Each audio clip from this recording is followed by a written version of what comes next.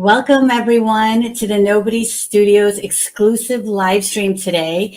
And today I'm honored to not have one, but two extraordinary individuals with us. We have our Chief Nobody, Mark McNally, and our Vice President of the IdeaLab, Adam Bragg.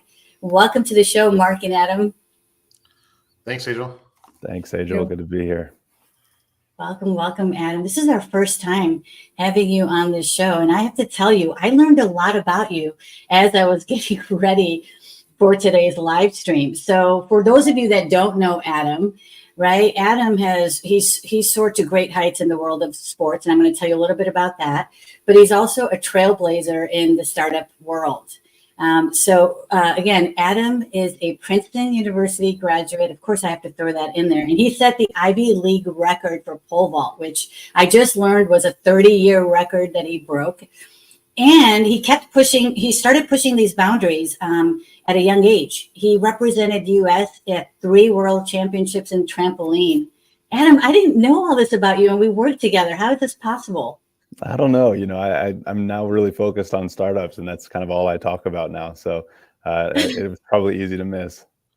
I know. Well, now that I know that, I have to ask you, what got you into it, and how has this whole experience influenced your approach to leadership?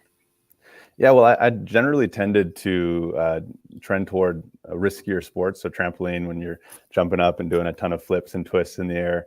And then pole vaulting, where you're also launching yourself up into the air and hoping you land on the soft mat. So there's a lot of risk associated with those things. And I generally thought those were more fun endeavors to get into. And I think that's how I got steered into startups, because there is a high level of risk involved to the outside world. But if you're aware of the variables that get put into place and you can manage that risk appropriately, you can find success. So that's kind of how I found startups. And then I guess we can get into a little later how I found the studio and got to chat with Mark from one of these podcasts that he was on. Yeah, I would love to hear that story about how you decide. This is one of the reasons why I love doing these live streams, is asking people what inspired them to join our journey. So go ahead, tell us a little bit about I think you mentioned something about listening to a podcast that Mark was on. Yeah, it was a podcast that Mark was on with Barry, and it was a lot of talk about the possibilities in the startup world and what the Nobody Studios was doing. And I just saw it as this playground of really world-changing ideas that get brought into reality. And it just was something about how Mark was talking about the future of venture that I had to latch on to. And so I just cold emailed him. I was like, I heard you on this podcast. I think that I'm a nobody. Let me show you what I can do. And we took it from there. I know. And You've made a splash. Go ahead, Mark. No, I'll add some color. I mean, I think at some point, hopefully we'll have like some giant headquarters that people can come walk through the history books, and we'll probably have the email thread between Adam and I, like on the wall somewhere, because he just didn't take no for an answer. And I think a lot of ways he de-risked the idea of us working with him, right? Because he showed me who he was going to be in that process. And I think that takes a lot of patience when you're reaching out to folks that are super busy. And at the time we didn't have a budget for an Adam, but he was just like, look, I don't know how or where, but I'm supposed to be a part of this. And I was ready to fly anywhere in the world to be a part of Nobody Studios. But then I found out that you're like 10 minutes down the street. Like there's just too much serendipitously here. And, I've got a lot of respect for Adam and his sports accomplishments. A very good friend of mine was an Olympic pole vaulter. But I also have learned that, I was pretty hard on Adam on the first call just to see how he'd react. I'm like, pole vaulters are jerks, man. I got a really good friend who's a pole vaulter. It's an individual sport. You think it's all about you. Where's the team? I was just like really going at him hard, and he just smiled the way he is now and took it and answered it. I told him, I said, I like you. There's got to be a way for us to find a spot for you, but right now we're not in that spot. So he just kept finding ways to de-risk it. So he kept sending me an email, and he's like, oh, I thought of this new company. Just wanted to break this down. I'm not asking you to respond. I'm just breaking down how I go about, is this a good idea or not? And by the way, I tested it. By the way, I talked to some customers. By the way, I spun up this website. Like he just kept making it like almost impossible to not find a spot for him. And I love we can't talk to Adam without talking about Cat GPT, but when he sent me one email where he's like, look, I built this company just to show you exactly how I break things down. I'm like, okay, I'm going to be selling a car if I have to find a way to bring you into this company, right? And so we talked. It was a week that ChatGPT had been launched. And I asked him what his opinions were of ChatGPT. And he's like, well, I've been meaning to play with it, but it's pretty impressive. I can't wait to get my hands dirty. And I was like, well, from what I understand, it's pretty easy to get your hands dirty. Why don't you play with it? And I'd like to hear your thoughts. And out of that came this experiment he did, which was Cat GPT, which was, wouldn't it be funny if you asked ChatGPT a question and you got a sassy cat answer and a cat gift? And I think his text to me was like, if you own cat gifts, you can break the internet, and lo and behold, months later, after we already brought him on board, ChatGPT's got over 1 million users. I mean, you can't make this stuff up, right? So I think that one thing I would tell anybody, if you're trying to go after something, or if you're certainly trying to approach the studio, Adam made it impossible for us not to bring him in, because he just kept showing who he was going to be once he was. Yeah, no. And he's added so much value, right? And so I want to also recognize and acknowledge that Adam just recently got promoted, right, to the VP position at the IdeaLab, and he's already shaking things up. And we're really excited about what he's going to do for us in 2024. And so one of the topics, and Mark and I have talked about this, our crowd-infused core value on our prior episodes. But we wanted to kind of dig into a little bit deeper with you, Adam, about sort of talking about how we're using the crowd for feedback and early user insights in the IdeaLab. So if you can kind of elaborate a little bit more on that. Yeah, well, I think that the biggest thing for ideas as we're hatching them, and generally, is to get real world feedback. It's to go and find that real response from the real world, and that's the ultimate test on whether the idea solves the problem that somebody has, that provides value to those people. And as Nobody Studios grows our crowd, we have more and more folks who we can test things early with. Not only test things after they're built, but even test assumptions that we have with industry experts who are part of the crowd already before we even start building them. And that allows us to combine what we have now with our really big focus on speed, with a really de-risked approach of more distributed knowledge through a crowd. And I think that that's a really secret and special sauce we've got there. Yeah, I would say that, I've come to get comfortable with the next statement I'm going to say here, though, which is I've come to appreciate that when you say you want to do something, even if you're not where you want to be yet, saying you're going to do it and it's a priority means it will happen, right? And so you have to be fair to yourself along the way. And I think I reached out to you, Sejal, and asked you to, consider being a cultural officer when you could hear my dog barking in the background and I had no employees. And I think you said something to the effect of like, what the hell do you need a cultural officer for? You have no employees. I can hear your dog in the background. But it was because we knew it was going to be important. And so when I take stock of where we're at culturally right now, we probably haven't even scratched the surface of my aspirations, but we've been thinking about it and focusing on it from the beginning. And we're probably ahead of most people on it because it does matter to us. And at some point, I know we'll look at it and go, wow, we really got this right. Like, I know that feeling is coming. And also the same thing with like the crowd. Like, we were the first venture studio to do crowdfunding. So we've got 1,000 investors worldwide. But if you ask me where I think we need to be, like, we haven't even scratched the surface. But the intention is there to say every time we create a company, do we go out there and get feedback? If we're launching a company, do we get the crowd to get feedback? If we're trying to crowdsource some of our ideas or resources, and just making sure that this is something that from the beginning was our DNA and makes us really strong. So again, on the journey, I think that we're 10, 11% into the journey of getting it how we want it, but it's definitely part of our intention. Yeah, I love that, Mark. And it's so true. Building it into the DNA and growing and scaling, and that's the key, right? And I was just having this conversation with somebody yesterday about just our core value of being crowd infused. And, one of the examples I wanted to share with everybody is how I've seen just what we're using the crowd that we have currently to get the feedback on ovations, for example, right? That's been one of the new codes that I've been a little bit more involved with. And it's been fascinating to see how we've taken the feedback that we've gotten from the early users, it's proven instrumental, right? We redefined some of the product features with Ovations, and then we've improved our user experience, and we've boosted the platform's engagement just at this early stage. So keeping these mindset going forward is just going to really help us take that NewCo to the next level this year. So Adam, are there any other examples that you can maybe share with us about how using our crowd for getting that fast feedback has really differentiated us from some of the other venture studios that might be out there? Yeah, one comes to mind is Parentipity. So we originally started Parentipity with the thought of how do you intersect media creation with the kinds of knowledge that parents create just with their day-to-day activity, and allow parents to monetize their knowledge base. And when ChatGPT came out, we realized is that parents were using it to get knowledge and to get information, and they were wanting to distribute that knowledge and information a bit faster. So we said, what if we sort of supercharged content creation for parents as they go and look for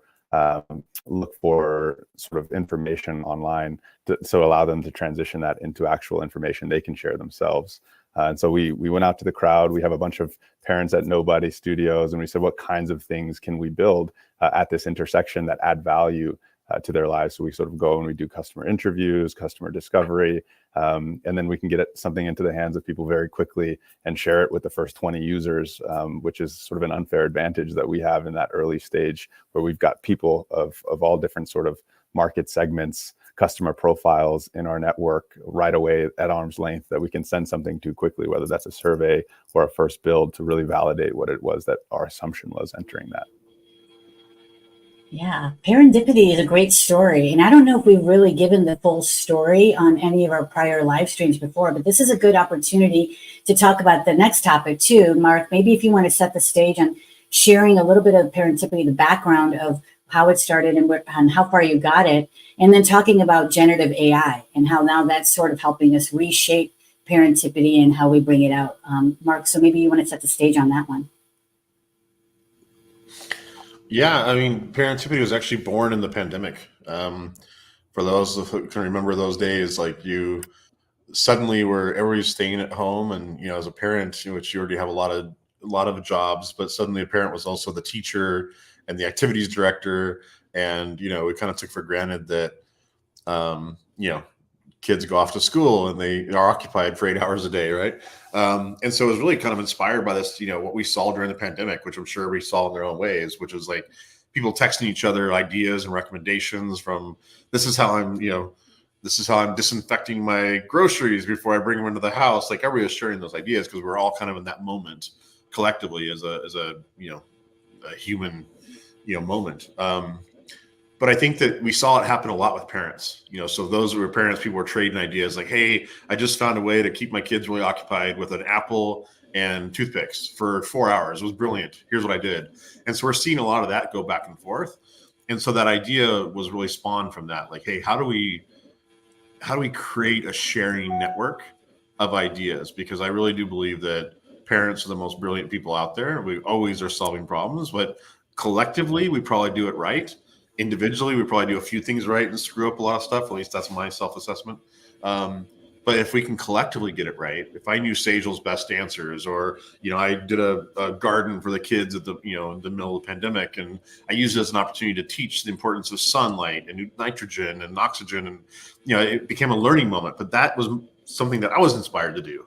But I could package that up and share it with Adam, who might be teaching his kids, or you're teaching your kids, and you made fishing a big thing for your son during that moment. So there's things that we can all share, and that was the idea of like parents as creators, parents sharing knowledge. That's really kind of a cool idea, and that's where it got started. But it was inspired from pandemic, and it was a moment where we're all trying to be incredibly creative, and we were trying to share a lot of ideas. And I realized for all of the parenting kind of industry that's out there, there's not one spot that I go to get ideas from other parents.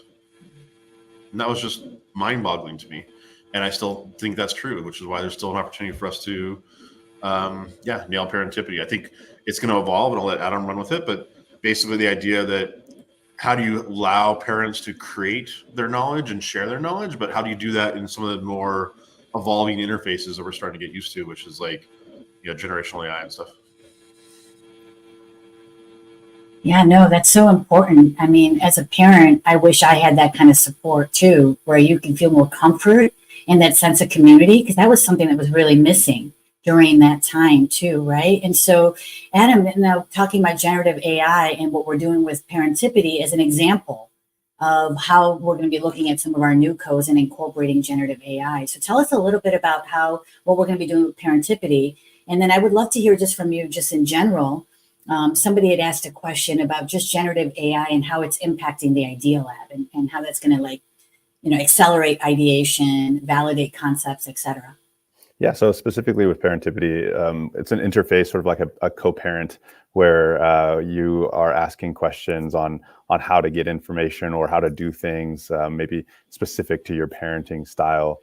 And it'll serve you both the answer like you would get from ChatGPT, but you'll also get contextually introduced links to other tippities. What we're calling them is parents produced content within that response that's related to it. So it would be like an AI responding to your question, and then it would also suggest, hey, Mark, also made a garden for his kids last week. Check this out. And it would allow you to connect with more parent generated knowledge. And then if you wanted to use that as a launching off point, you could create your own tippity. It would get stored in our databases and get served up to anybody who asks questions on the parentipity side. So it's really an intersection of generative AI and crowd parent produced content, which I think is a really special combination there. If we can crack that and get it right, that's something like a sort of format that we can use across a bunch of different things that we're working on.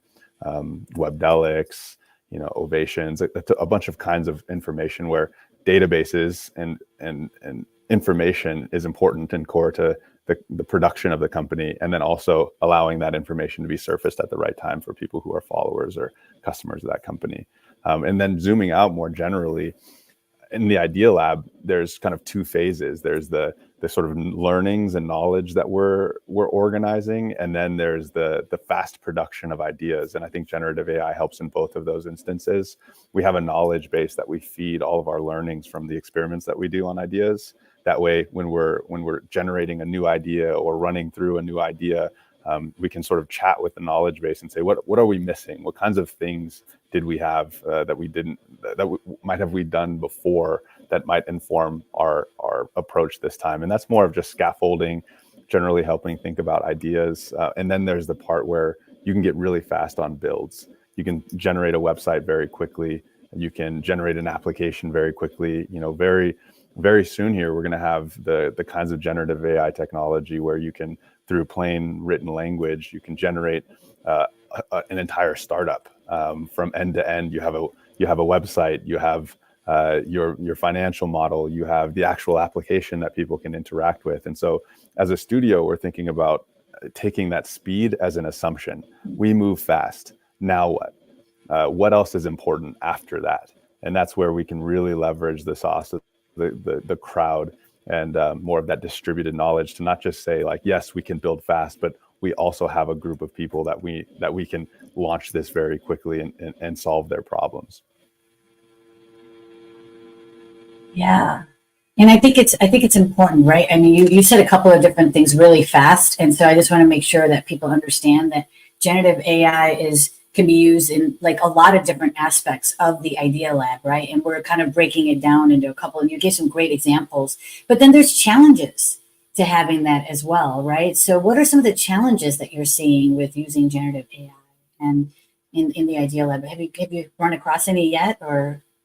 Yeah, I think it's more. I think it's more culturally.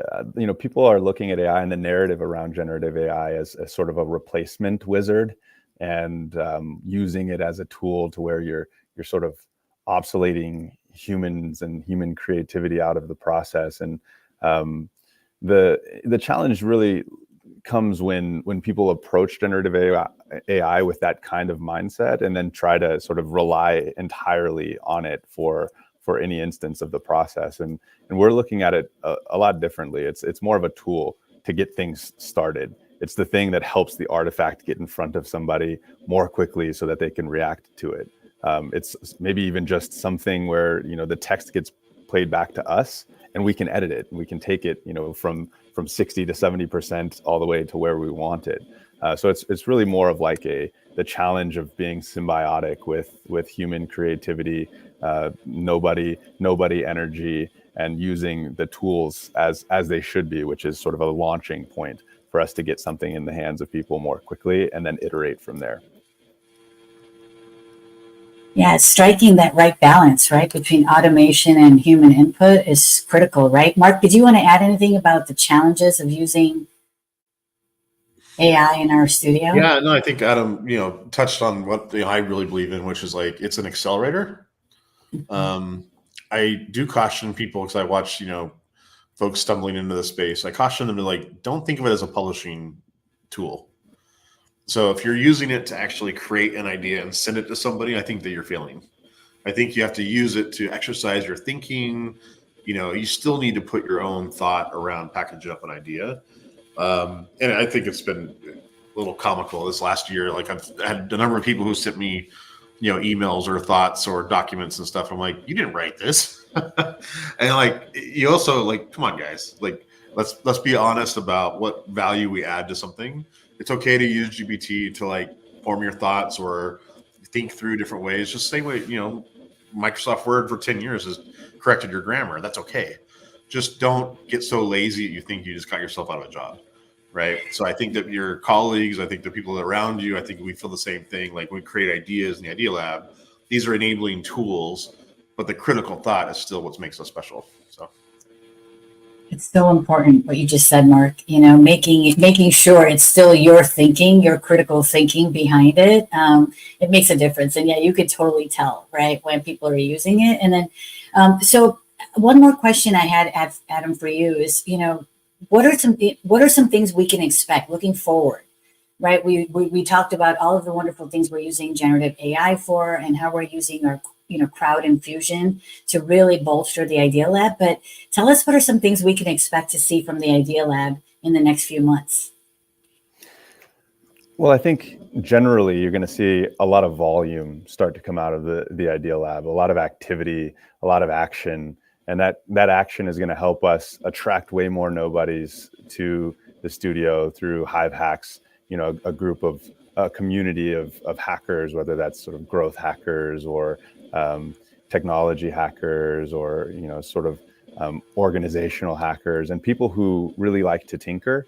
And as they see the volume that we are starting to produce at the studio, that sort of gravity will pull all of them together. So volume, activity, and then also just sort of a free playground of pushing the boundaries on what's possible. We're really trying to find out, like, what are the limits of our assumptions in any of the fields, clean tech, climate tech, ed tech, and how do we use not just current technology, but our understandings of where technology will be to inform what our builds are, what we prioritize, what kinds of things we greenlight into a broader range of activity.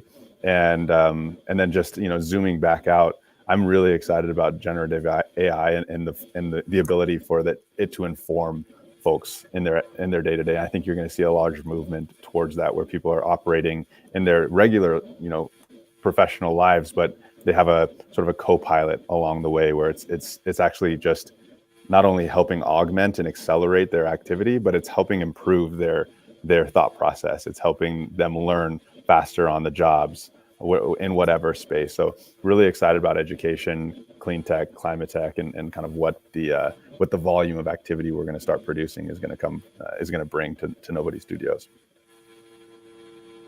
Awesome. And I wanted to give a shout out. We have our Chief of Staff and VP of Operations, Tiffany Hansen, joining us. And by the way, Adam, this conversation is really resonating with people. I'm seeing lots of great comments coming in. But Tiffany here wrote, Mark nailed it when he said Adam's patient tenacity showed us exactly what kind of person he is. And 14 months later, he has not strayed from being that person. He shows up. So you definitely got fans. And I'm all over. And thank you, Matthew Davidson, for jumping on. He said articulation is key. Love the de-risk approach. We are startups in ourselves, right? And Matthew's been a supporter. He's been showing up for us at these live streams and giving us some great comments. So thank you, Matthew, for joining us, and everybody else. So for the both of you, before we close our session, What advice do you have for founders who are looking to integrate generative AI in their ideation processes, and so that they can still maintain what we've been talking about, that human-centric approach? What do you think, Adam? Yeah, I would say that the most important thing is really to root yourself in the problem that you're solving and the value that you're bringing the user on the other side. So what's the big problem? And Mark likes to say, you pick the hardest problem, go after the biggest ones, and attract the people who want to be along with you along the way. And I think that's true with customers too. If you pick a big problem that they're experiencing and you root the solution in that, and you try to bring as much value as you can, then you open up the tool set and you say, how can generative AI fit into that narrative, into that landscape, and make it easier for us to provide value to that person, to that end user. And so it's sort of starting not from how do I use generative AI to or how do I integrate generative AI just because, and more so looking at really getting down to that human level. What problem am I solving? How can I provide value? And then say, well, how can generative AI get me to that point faster? Yeah, Mark, did you want to add anything? Yeah, I love that. I would add, just maybe to highlight what I said before, don't think of it as a publishing tool, like you're trying to create something that's going to be the final answer. I think if this is public, you can find it, but there's I think the last results, or the quarterly results for SoftBank, the CEO, Masayoshi Son, I always get that wrong. But the CEO had said that he had created the last couple companies they decided to invest in after months of dialogue with ChatGPT. And I thought that was a really interesting phrase, dialogue. Because I think what people are kind of stumbling into this right now is they're saying, hey, create a company for me that does X, Y, and Z. And they're thinking of it as a publishing tool. But I think it's different if you say, what's wrong with this business model? If you think of the power of GPT, actually where it comes from, that's really what it's better for. It's better for that dialogue. And you can have a lot of really advanced thinking at a different scale than you could do just left to your own devices or through your own colleagues. But I think you get limited when you ask it to produce something, because all it can do is look backwards and knows what's done before. And so in the creation space, it's going to fail you. But in the dialogue space, it can be wonderfully powerful. So that would be my parting thoughts. Yeah, no, that's so true. And it's for me, I agree with everything you said. I think it's about making sure you ask the right question in the right way, right? And when I was in law school, we had to do all these searches for case law. And so we had to find that one needle in a haystack. So using ChatGPT for me comes very naturally. And I know how to ask and have that dialogue that you're talking about, Mark. And it's so effective, right? And I think it's when you can figure out what your goals are, what you're trying to accomplish, and use AI to enhance our creativity, not replace it, which is what I think a lot of people are doing, right? So thank you so much, Adam, for joining us. I'm really excited to see what you do for us and take our studio to the next level. Really appreciate your time and all of the energy that you're putting into the IdeaLab. Mark, thank you again for sharing your wisdom. It's always great to spend time with you, and I look forward to seeing you next Friday. Thank you, everyone else, for joining us. And don't forget, we save all of our prior live streams on our YouTube channel. So make sure you go check those out, and we'll have an exciting episode for you next Friday. Take care, everyone. Thanks, Bye. Hazel. Thanks, Adam. Bye, Mark. Bye, Adam. Mark.